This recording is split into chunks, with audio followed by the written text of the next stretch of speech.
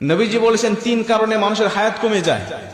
তিনটা আমল করলে, তিনটা বদ আমলে মানুষের হায়াত কমে যায়। দুনিয়ার জমিনে হায়াত কমে যায়, কমতে থাকে, হায়াতও কমে যায়, রিজিকও কমে যায়।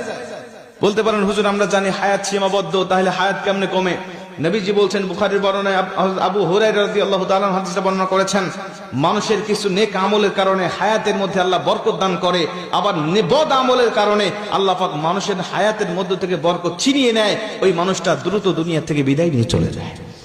হায়াত নির্ধারিত, রিজিকও নির্ধারিত, কিন্তু আল্লাহ পাক এর মধ্যে বরকত রেখে দেয়। একটা উদাহরণ দিয়ে ভালো বুঝবেন।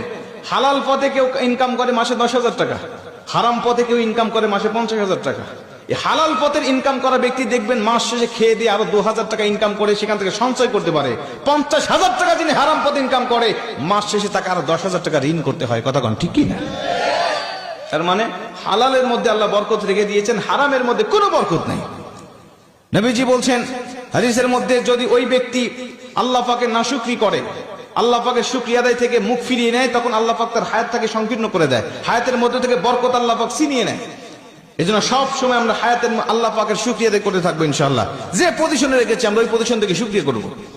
2 নম্বরে নবীজি বলছেন, ওই ব্যক্তির হায়াতটাকে আল্লাহ পাক সংকীর্ণ করে দেয় যেই ব্যক্তি দুনিয়ার জমিনে প্রয়োজনের থেকে অতিরিক্ত খাবার খায়। মানুষের রিজিক কিন্তু নির্ধারিত, আমরা জানি। রিজিক শেষ হয়ে যাবে, আপনার হায়াত ফুরিয়ে যাবে, আপনি দুনিয়া থেকে বিদায় নিয়ে চলে যাবেন।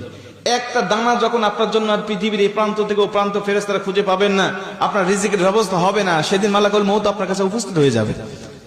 খাবার খাবেন, হিসাব করে খাবেন। 3 নম্বরে নবীজি সাল্লাল্লাহু আলাইহি ওয়াসাল্লাম বলছেন, ওই ব্যক্তির হায়াত আল্লাহ পাক ফুরিয়ে নেয়, কমিয়ে নেয়। ওই ব্যক্তিকে আল্লাহ পাক দ্রুত তার হায়াতের মধ্য থেকে বরকত আল্লাহ পাক ছিনিয়ে নেয় যেই ব্যক্তি আত্মীয়তার সম্পর্ক ছিন্ন করে ফেলে।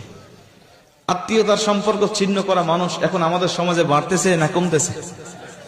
আমার হক আমার বোন পাবে, আমার বোন আমার বাবার থেকে হকটা নিয়ে চলে গেছে।